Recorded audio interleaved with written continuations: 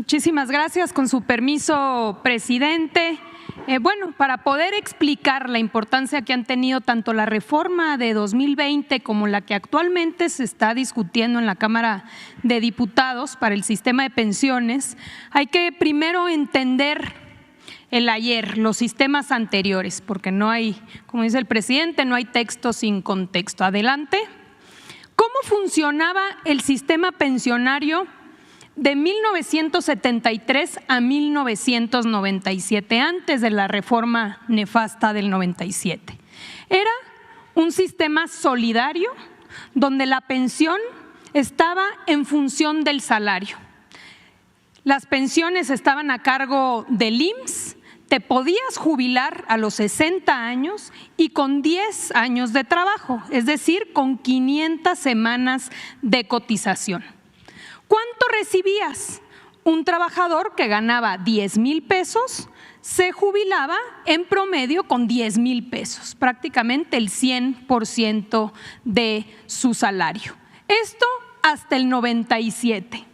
Adelante.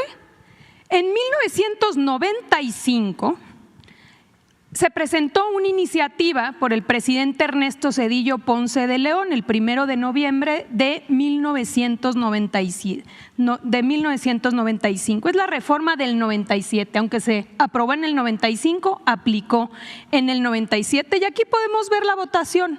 A favor, 289 votos del PRI. Esta reforma, adelante, modificó lo siguiente.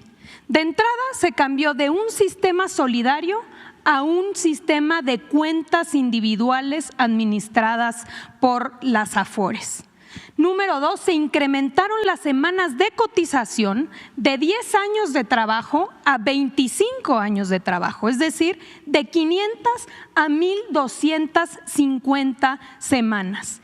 Y la pensión ya no era en función del salario, ahora era en función del ahorro de cada uno y una de los trabajadores. En su momento se dijo, vamos a tener los mismos rendimientos, tenemos que modernizarnos y copiarle a otros países del mundo que ya se están yendo por las AFORES, y estos fueron los resultados. Un trabajador que ganaba 10,000 pesos se jubilaba con 2,700. Aquí lo dijo un periodista, es el sistema de los 3,000 pesitos. Adelante.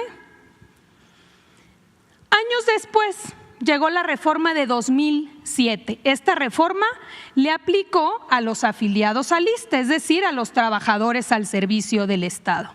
Fue una propuesta elaborada en 2004 por Vicente Fox con el financiamiento y la asesoría del Banco Mundial y fue aprobada durante la administración de Felipe Calderón. Aquí podemos ver la votación: a favor 313 votos del PRI, del PAN, entre otras. ¿En qué consistió esta reforma? Adelante.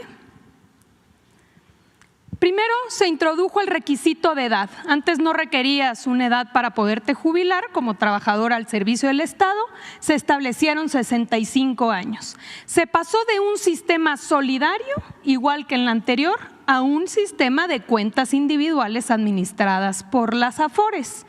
Y nuevamente la pensión ya no era en función del salario, sino que era en función de lo que podías ahorrar en tu cuenta individual. Aquí está el ejemplo: una maestra que ganaba 10,000 pesos se jubila con 6,400, cuando en el sistema anterior se estaba jubilando con 10,000 pesos. Adelante.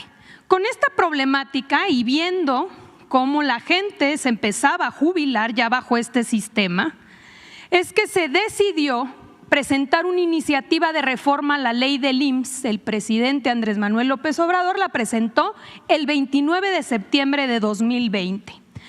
Vale la pena señalar que fue una reforma que prácticamente se aprobó por unanimidad, a reserva del PRD, que votó en contra. Adelante. ¿En qué consistió principalmente? De entrada, incrementar la aportación patronal.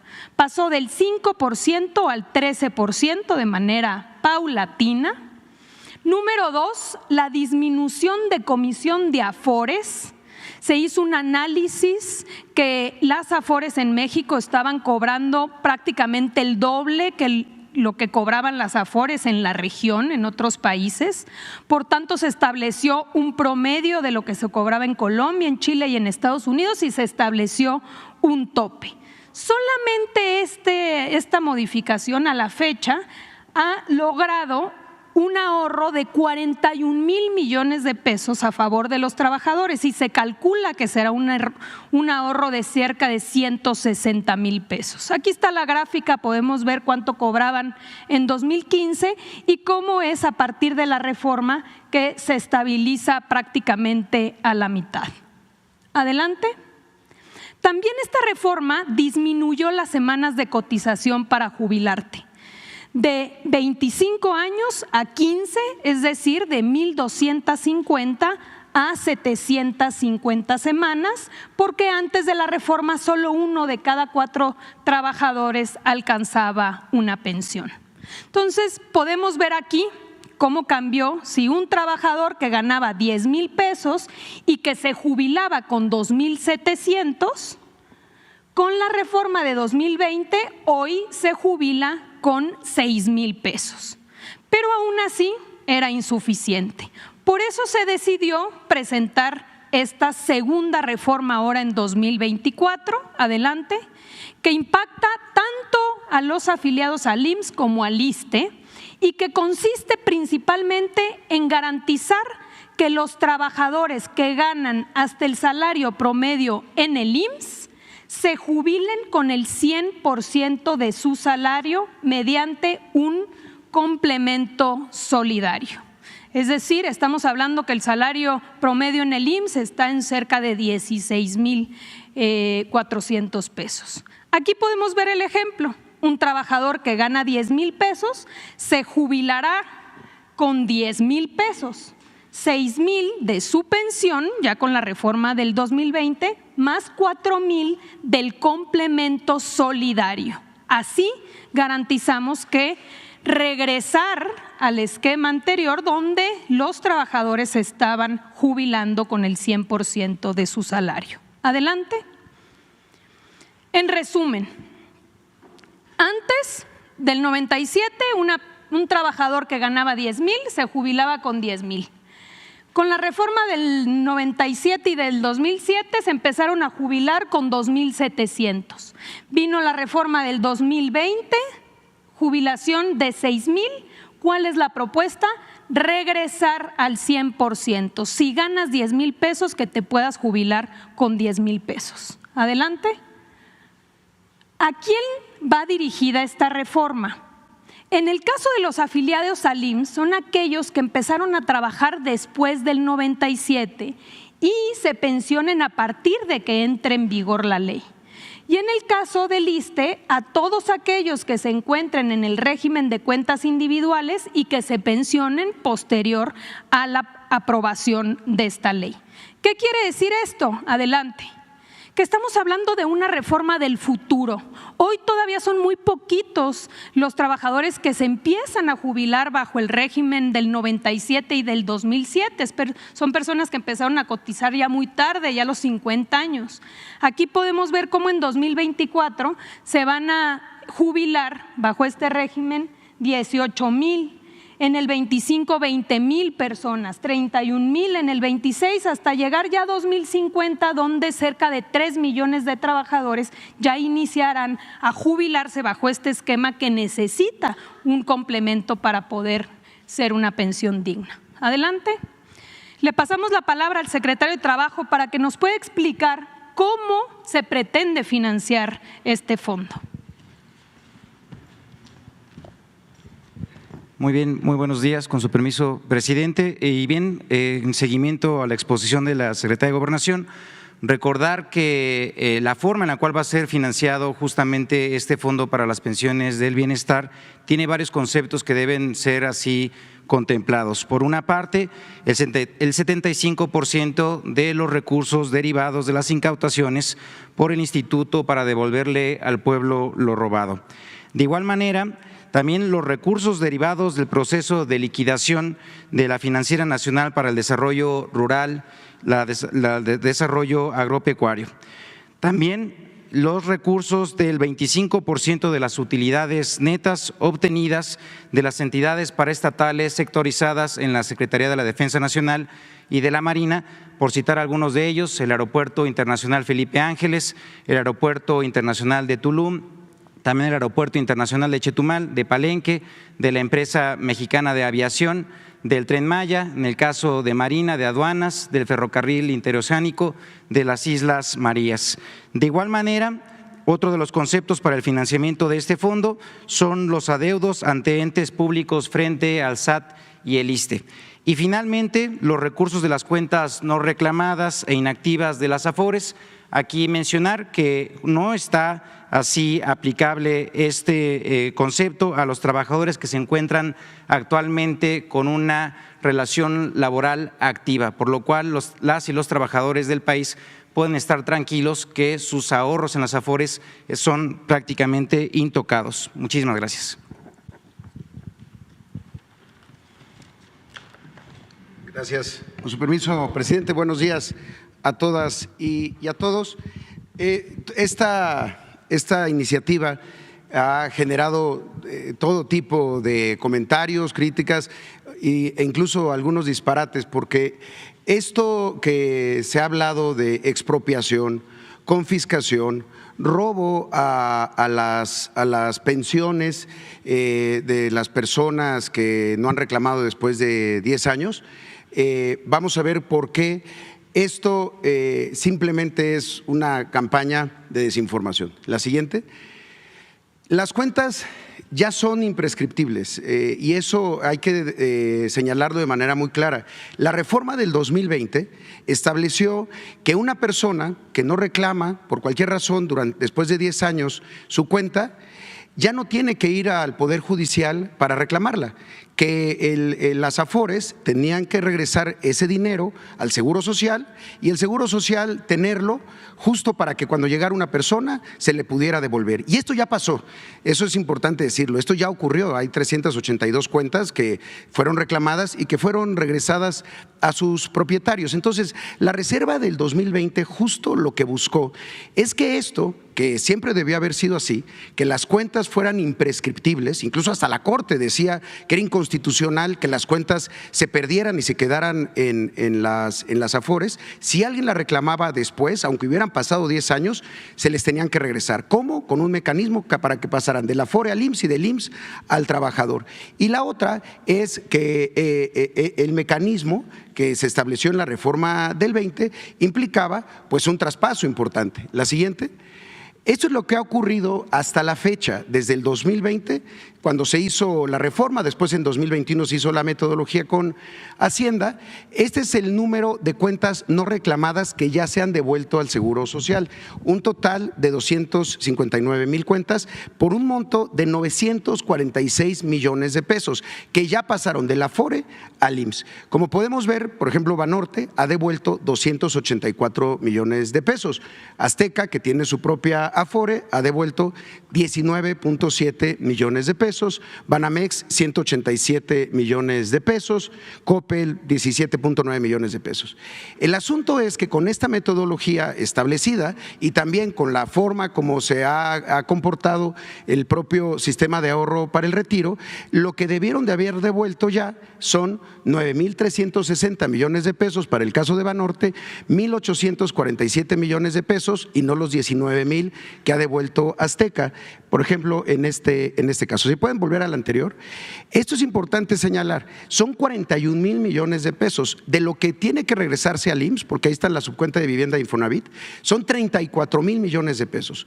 ¿Cuánto ha regresado hasta la fecha en los últimos 2 años? 946. Pero hay un elemento adicional. Este retorno, a la hora de irse al IMSS, para que, como bien lo dijo el presidente, el IMSS sea el custodio para que cuando una persona reclame después se le devuelva, una parte también se iba a la reserva del Seguro Social y una reserva que sí le genera intereses al seguro, pero que no hubiera podido ser utilizada para el subsidio del complemento para llegar al 100% de las personas que se están jubilando con menos del 100% de su último salario. Es decir, las personas que se han señalado, que ganaban 10,000, que se estaban pensionando con 6,000 y que el Fondo de Pensiones para el Bienestar les va a dar esos 4,000 que le hacían falta para que entonces se vaya con los 10,000 millones, los 10,000 pesos. Para esto tendría que se forma el Fondo de Pensiones para el Bienestar. La siguiente, este caso es muy particular. Las cuentas no reclamadas de vuelta son 7,000 de las que han devuelto por 19 millones de pesos en el caso de Azteca, pero son 1,847 millones de pesos. Hay una declaración muy interesante justo del director del banco City Banamex ayer en la convención bancaria, que señala hay un tema importante, es el hecho de que se transfieran los fondos y no se pierda el derecho a la pensión. Este tipo de recursos en cuentas inactivas ya se transferían al Seguro Social, no es algo novedoso. Lo nuevo es que ahora pasarán a manos de un fideicomiso administrado por el Banco de México. Esa es toda la situación. El asunto es que algo que ya estaba ocurriendo, pero estaba ocurriendo de manera insuficiente, ahora va a pasar al Banco de México para que se pueda fondear el complemento de la pensión con el Fondo de Pensiones para el Bienestar. La siguiente, por favor. Este tema también, esto que mencionábamos, la metodología no estaba permitiendo que las Afores, y las Afores tampoco estaban regresando la totalidad de los recursos y los recursos para financiar. Incluso la Afore ha señalado que no contempla ninguna expropiación de recursos.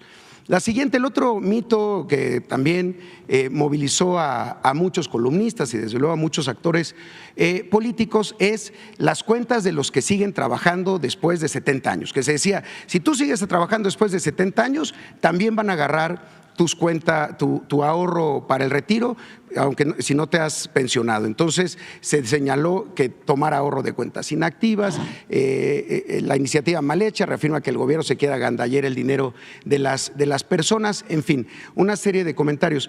La realidad de esto, la siguiente por favor, es que en el dictamen que se discutió y se votó en la Comisión de Seguridad Social, votado en contra por los partidos de la oposición, establecía ya esto de manera muy clara. Lo anterior no será aplicable a los recursos de las cuentas individuales de aquellos trabajadores que cuenten con una relación laboral activa ante el IMSS. Es decir, los trabajadores después de 70 años, estas cuentas no son las que se estaban tomando, son las que ya eran posibles para darles a los trabajadores, pero que no eran reclamadas. Entonces, hay una diferencia importante, pero bueno, se generó mucha desinformación. La siguiente tiene que ver con quién administra el Fondo de Pensiones para el Bienestar y cuál es el fin del fondo. Y para esto, el director de Infonavit para la presentación. Gracias. Permiso, presidente. Muy buenos días a todos los compañeras y compañeros de los medios de comunicación. Uno de los elementos que se ha puesto sobre la mesa es que los recursos, se van a utilizar en diversas obras y gasto corriente del gobierno, y en segundo lugar, que van a ser, incluso llegaron a decir, que estaría administrado por el Banco de Bienestar, difundiendo una mentira que confunde a las personas e infunde un miedo que no tiene nada que ver con la reforma. Si pasamos a la que sigue, la propia reforma establece, que el Fondo de Pensiones para el Bienestar será establecido en un fideicomiso por la Secretaría de Hacienda en el Banco de México. Este fondo tendrá un comité técnico integrado por los comités, por las instituciones de seguridad social distintas que aportamos recursos. En el caso del Infonavit, también las cuentas de vivienda que no son reclamadas desde 2020 se establecía que se manejaban en una reserva diferente. Como ya lo explicó el director del IMSS, este mecanismo no es novedoso, ya se avisa hoy a los trabajadores un año antes de pasar a la reserva, se administra diferente y ahora esta administración diferenciada pasará al Fondo de Pensiones para el Bienestar. Este fondo, que cuenta con un comité técnico, tendrá que establecer los mecanismos, por ejemplo, de inversión. Hoy las cuentas que están en las Afores o que están en el Infonavit tienen un rendimiento anual, aun cuando están inactivas. La ventaja de este fondo es que además del rendimiento no se les cobrarán comisiones por parte de las Afores. Y finalmente, algo que establece la reforma de manera muy clara en el paquete de reformas, se establece que este fondo y el recurso que está ahí no podrá ser utilizado para el equilibrio presupuestario, es decir, para financiar un déficit público, tampoco podrá ser utilizado para ningún otro gasto que no esté relacionado con el gasto de pensiones. ¿Por qué? Porque como lo decía el presidente, el derecho es imprescriptible, no se acaba nunca, es un derecho para siempre por parte de los trabajadores y por lo tanto habrá quien el trabajador o sus beneficiarios vayan a reclamar a los institutos el recurso cuando se acuerden, cuando tengan una noción de que tenían ahí un recurso, y los institutos de manera como ya lo hacen devolverán el recurso y también este fondo pagará los complementos de pensiones como ya se explicaron. Muchísimas gracias.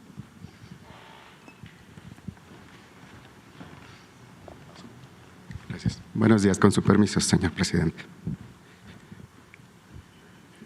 Para contextualizar, queremos informarles que finalmente las cuentas de los trabajadores están seguras. En la siguiente lámina se informa que el sistema de ahorro para el retiro está compuesto por 74 millones de cuentas que acumulan recursos por más de 6 billones de pesos, de tal suerte que las cuentas inactivas corresponden a menos de medio punto porcentual del activo neto del total del sistema. En la siguiente lámina podrán apreciar que el sistema está compuesto por 10 administradoras. En primer lugar tenemos una administradora pública, que es el pensionista, tenemos una asociación público-privada que es 21 Banorte, que está compuesta por el IMSS y el Banco Banorte, tenemos 4 Afores que son entidades privadas nacionales, donde encontramos a Profuturo, Inbursa, Azteca y Coppel. También tenemos 3 Afores de capital predominantemente estadounidense, que son Invercap Principal y Citibanamex, y finalmente tenemos un Afore de origen colombiano. Como podemos apreciar, tenemos 4 Afores que tienen activos netos de superiores o cercanos a 1 billón de pesos cada uno, que se encuentran del lado derecho del lado izquierdo de la gráfica, y del lado derecho observamos que tenemos 4 Afores que concentran el mayor número de cuentas: Coppel con 14 millones, Citibanamex con 10 millones, Azteca con 9.3 millones y Banorte con 8 millones.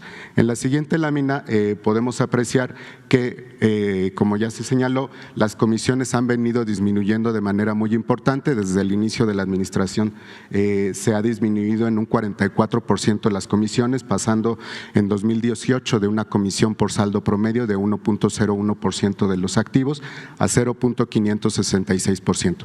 Aquí es importante señalar que 8 administradoras cobran el límite dado por el promedio entre las comisiones de Chile, Estados Unidos y Colombia de 0.57%, el pensionista, la Afore pública, cobra la comisión más baja de 0.53% y tenemos otra Afore en el promedio. Esto representa ya para los trabajadores dinero que ha permanecido en sus cuentas de 41 mil millones de pesos, pero proyectamos que al año 2030 van a permanecer en las cuentas de los trabajadores 166.500 millones de pesos, lo cual desde luego les incrementa su pensión. En la siguiente lámina podemos apreciar cómo incluso con esta disminución de comisiones, las Afores siguen teniendo beneficios. Por un lado, señalar que hasta 2020 la rentabilidad de las Afores fue más del doble que la registrada de la banca comercial. Hasta el año 2021 tuvieron ingresos de comisiones por 39 mil millones de pesos y para el año 2023 se tienen ingresos por comisiones de 30 mil millones de pesos. Esto les ha permitido solventar plenamente sus gastos de operación y con base en ello todavía tienen una utilidad neta y bruta. En el caso del año 2021 tenían utilidades de más del 16% y para 2023 se tiene una utilidad moderada del 9.6%. En la lámina siguiente se puede apreciar cómo el beneficio de la reforma en 2020, lo que corresponde al incremento de las aportaciones patronales, se refleja ya plenamente en los recursos que verán los trabajadores en sus cuentas. En el periodo entre 2023 y 2030, los trabajadores recibirán en sus cuentas 1.5 pesos adicionales en sus cuentas, lo cual generará un incremento en los activos y desde luego incrementará sus pensiones. Pueden ver en la gráfica del lado derecho que los activos están proyectados pasar de más de 6 billones de pesos a prácticamente 22 billones de pesos, con lo cual el sistema de ahorro para el retiro acumulará recursos aproximadamente por el 45% del PIB. En la siguiente lámina podemos apreciar y enfatizar que en el Fondo de Bienestar las cuentas están totalmente seguras porque serán administradas por un comité técnico financiero donde confluirán las autoridades financieras como Banjico, la Secretaría de Hacienda, la propia CONSAR, el Infonavit, el ISSSTE y el Seguro Social, desde luego.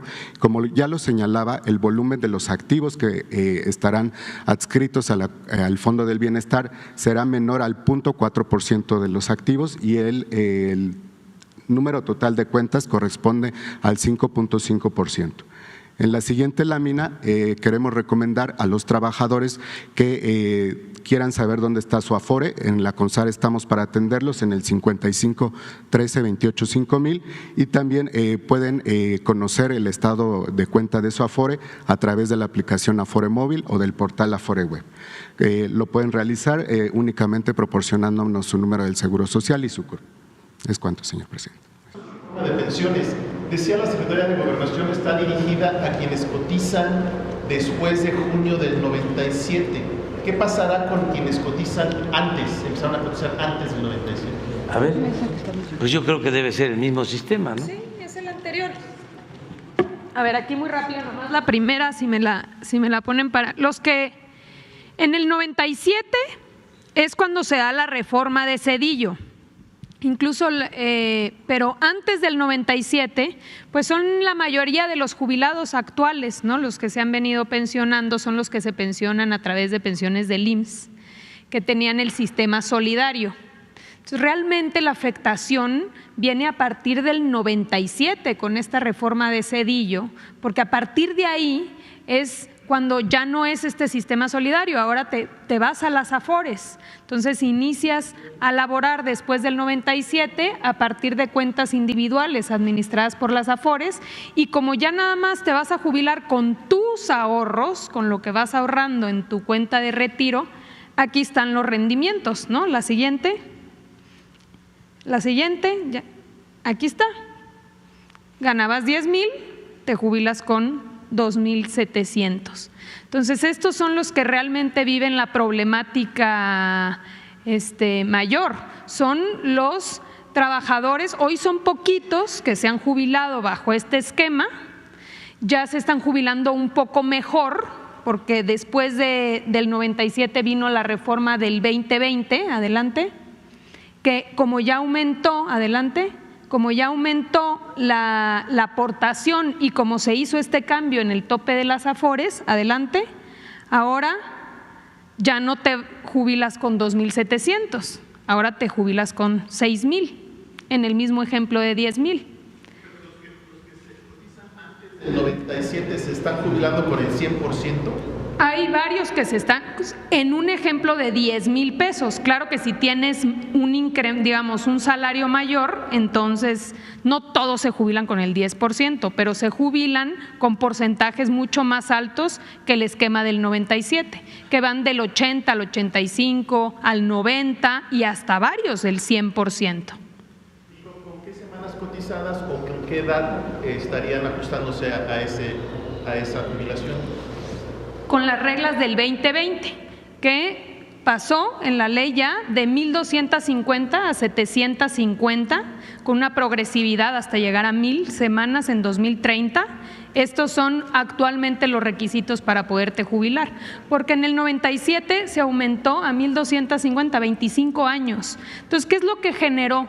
Que muy pocos podían alcanzar una pensión, casi nadie alcanzaba a lograr estas semanas de cotización. Es muy alto, 25 años, porque no es que la gente no trabaje 25 años, es que tiene que cotizar al Seguro Social 25 años, trabajan mucho más, pero como sabemos, pues muchas veces trabajas y luego sales del mercado laboral formal y vuelves a regresar. Entonces, los que alcanzaban este umbral pues eran muy pocos. Por eso se decidió en 2020 que se tenían que bajar los requisitos y eso ha generado que muchas más personas puedan alcanzar una pensión.